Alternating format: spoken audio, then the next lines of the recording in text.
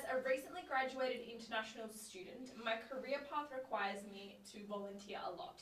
I also have a job in retail, which has allowed me to pay my expenses, but how can I find a way to put my money to work more on my side while I'm volunteering? So I interpreted that as she wants to know how to make her money work for her while she's in this place of having to allocate a lot of her time resource to volunteer work. Okay, so I think sometimes that we forget that our great-grandparents didn't consider being financially free.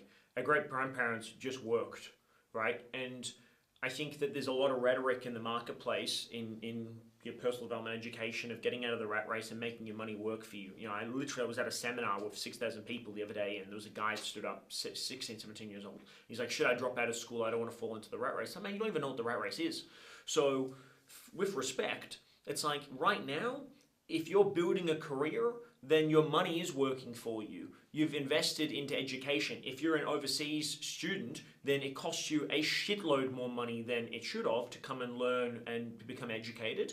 And I think there's a real issue in our culture around the cost of education. But nonetheless, you've invested money already. Your money is working for you. It's in self-education. Warren Buffett said the best investment you can make is an investment in yourself.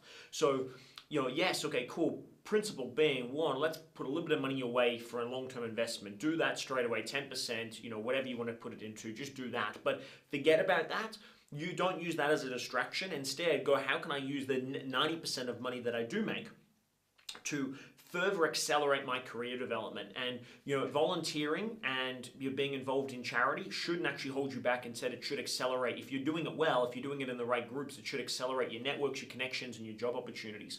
And, you know, start to volunteer in the right places. So, you know, I don't think that that's actually a friction point for you. I think instead it's just understanding that, you know, Simon Sinek said it so well. He says, don't be concerned by how quickly you're moving through life. Be concerned how fully you're showing up.